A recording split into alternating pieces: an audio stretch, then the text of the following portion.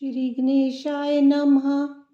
वक्रतुंड महाकाय सूर्यकोटि समप्रभा निर्विघ्नं कुरु मे देव सर्वकार्येषु सर्वदा। जय माता दी। सर्वमंगल मांगल्ये शिवे सर्वार्थ साधिके शरण्ये त्र्यंबके गौरी नारायणी नमोस्तुते। जय माता दी। माँ दुर्गा के 8वें स्वरूप आदिशक्ति महागौरी की पूजा की जाती है। देवी भागवत पुराण में बताया गया है कि देवी माँ के 9 रूप और 10 महाविद्याएं सभी आदिशक्ति के अंश और स्वरूप हैं, लेकिन भगवान शिव के साथ उनके अर्धांगिनी के रूप में महागौरी सदैव विराजमान रहती हैं। इनकी शक्ति अमोघ और फलदायिनी है। महागौरी की पूजा मात्र से भक्तों के सभी पाप धुल जाते हैं। वह व्यक्ति अक्षय पुण्य का अधिकारी हो जाता है। ज़्यादातर घरों में नवरात्र की अष्टमी तिथि के दिन कन्या पूजन किया जाता है। वहीं कुछ लोग नवमी तिथि के दिन कन्या पूजन करते हैं। देवी भागवत पुराण के अनुसार देवी पार्वती अपनी तपस्या के दौरान केवल कंद मूल फल और पत्तों का आहार करती थी। बाद में माता ने केवल वायु पीकर ही तप करना आरंभ कर दिया। तपस्या से माता पार्वती को महान गौरव प्राप्त हुआ। इससे उनका नाम महागौरी पड़ा। माता की तपस्या से प्रसन्न होकर भगवान शिव ने उनको गंगा में स्नान करने के लिए कहा। जिस समय माता पार्वती गंगा में स्नान करने गईं, तब देवी का एक स्वरूप श्यामवन के साथ प्रकट हुआ, जो कौशिकी कहलाई, और एक स्वरूप उज्ज्वल चंद्र के समान प्रकट हुआ, जो महागौरी कहलाई। महागौरी अपने हर भक्त का कल्याण करती हैं। महागौरी का वर्ण गौर अथवा सफ़ेद है और इनके वस्त्र व आभूषण भी सफ़ेद रंग के ही हैं। माँ का वाहन वृषभ अर्थात बैल है, जो भगवान शिव का भी वाहन है। माँ का दाहिना हाथ अभय मुद्रा में है और नीचे वाले हाथ में दुर्गा शक्ति का प्रतीक त्रिशूल है। महागौरी के ऊपर वाले हाथ में शिव का प्रतीक डमरू है। डमरू धारण करने के कारण माँ को शिवा के नाम से भी जाना जाता है। माँ का नीचे वाला हाथ अपने भक्तों को अभय देता हुआ वर मुद्रा में है और माँ शांत मुद्रा में दृष्टिगत हैं। देवी के इस रूप की प्रार्थना करते हुए देव और ऋषिगण कहते हैं, सर्वमंगल मांगल्ये शिवे सर्वार्थ साधिके शरण्ये त्र्यंबके गौरी नारायणी नमोस्तुते। या देवी सर्वभूतेषु माँ गौरी रूपेण संस्थिता नमस्तस्यै नमस्तस्यै नमस्तस्यै नमो नमः। चामुंडा माता की कथा। चामुंडा देवी मंदिर हिमाचल प्रदेश राज्य के चंबा जिले में स्थित एक प्राचीन मंदिर है। चामुंडा देवी मंदिर का निर्माण वर्ष 1762 में उमेश सिंह ने करवाया था। यह मंदिर देवी काली को समर्पित है, जिन्हें युद्ध की देवी के रूप में जाना जाता है। 400 साल पहले राजा और पुजारी ने जब मंदिर का स्थान एक सही जगह पर परिवर्तित करने की अनुमति मांगी थी, तो देवी ने पुजारी को सपने में दर्शन दिए और उन्होंने मंदिर को स्थानांतरित करने की अनुमति देते हुए एक निश्चित स्थान पर खुदाई करने का आदेश दिया। जब उस जगह पर खुदाई की गई तो वहाँ पर एक चामुंडा देवी की मूर्ति पाई गई, जिसके बाद चामुंडा देवी की मूर्ति को उसी जगह पर स्थापित किया गया और उसकी पूजा की जाने लगी। जब राजा ने मूर्ति को बाहर लाने के लिए अपने लोगों को कहा, तो लाख कोशिशों के बाद भी वो उस मूर्ति को हिलाने में सक्षम नहीं हुए। बाद में एक बार देवी ने पुजारी को सपने में दर्शन दिए और उन्होंने कहा वो सभी लोग इस मूर्ति को साधारण समझकर उठाने की कोशिश कर रहे हैं। देवी ने पुजारी से कहा वे सुबह नहाकर पवित्र कपड़े पहनकर सम्मानजनक तरीके से मूर्ति को बाहर लाए। जो काम सारे लोग मिलजुल कर नहीं कर पा रहे, वो अकेला आदमी आसानी से कर पाएगा।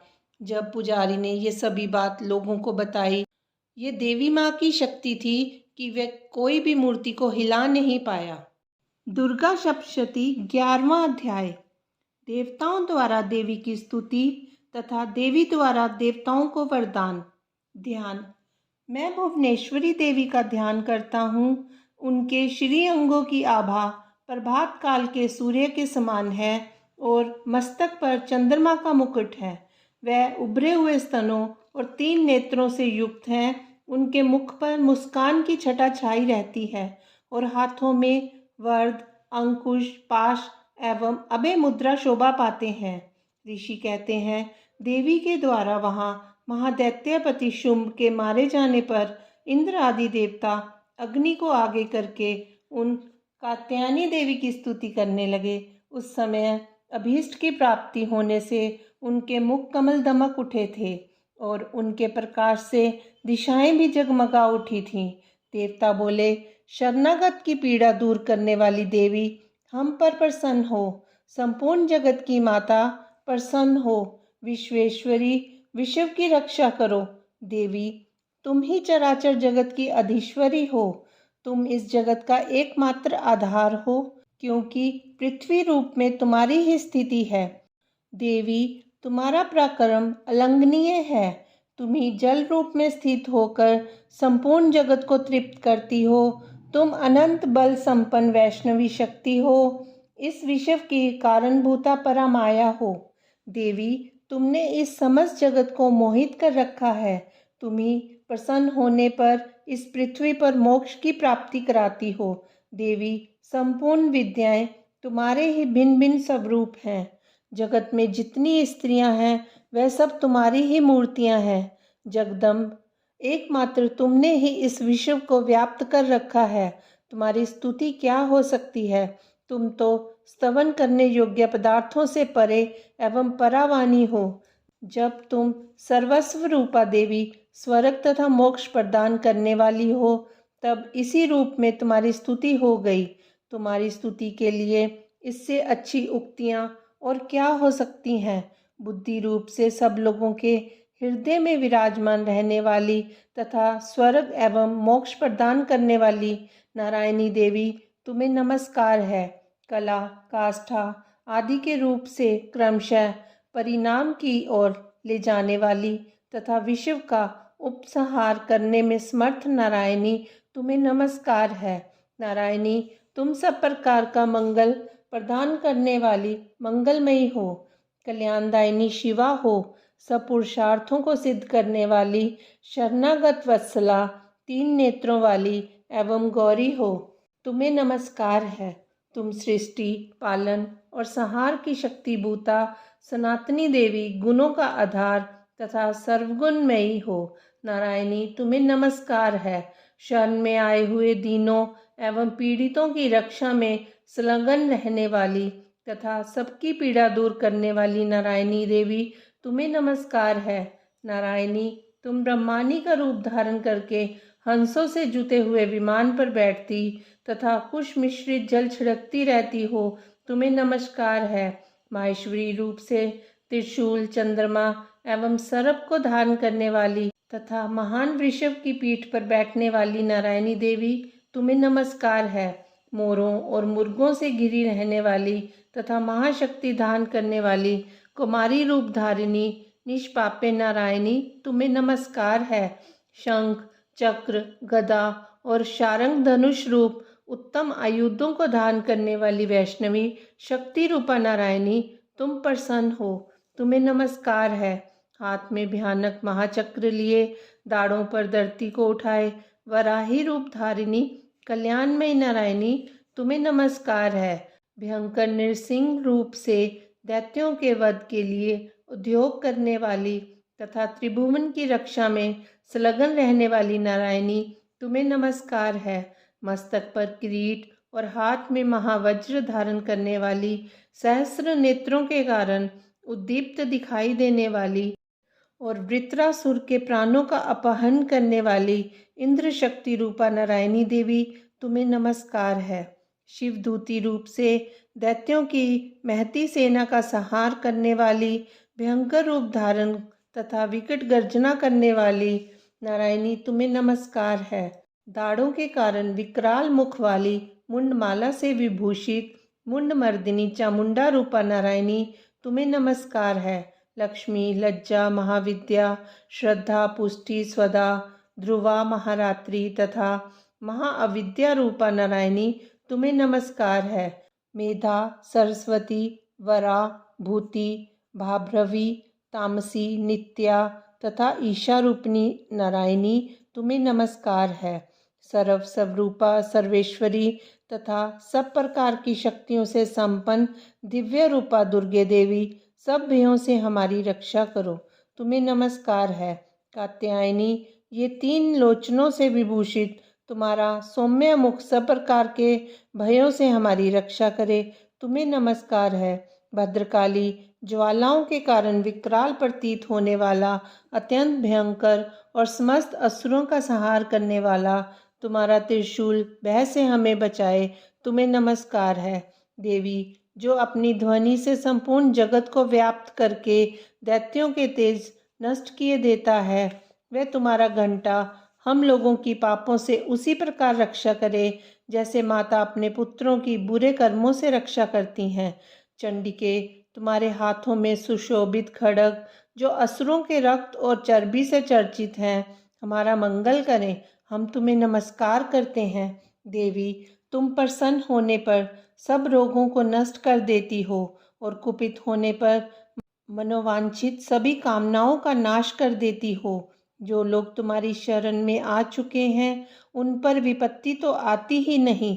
तुम्हारी शरण में गए हुए मनुष्य दूसरों को शरण देने वाले हो जाते हैं। देवी अंबिके, तुमने अपने स्वरूप को अनेक भागों में विभक्त करके नाना प्रकार के रूपों से जो इस समय इन धर्मद्रोही महादैत्यों का संहार किया है, वे सब दूसरी कौन कर सकती थी। विद्याओं में, ज्ञान को प्रकाशित करने वाले शास्त्रों में तथा आदि वाक्यों में तुम्हारे सिवा और किसका वर्णन है, तथा तुमको छोड़कर दूसरी कौन ऐसी शक्ति है जो इस विश्व को अज्ञान में घोर अंधकार से परिपूर्ण ममता रूपी गड्ढे में निरंतर भटका रही हो।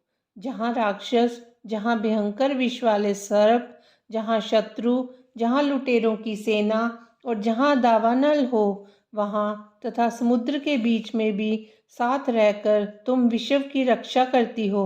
विश्वेश्वरी, तुम विश्व का पालन करती हो, विश्व रूपा हो, इसलिए संपूर्ण विश्व को धारण करती हो। तुम भगवान विश्वनाथ की भी वंदनीय हो।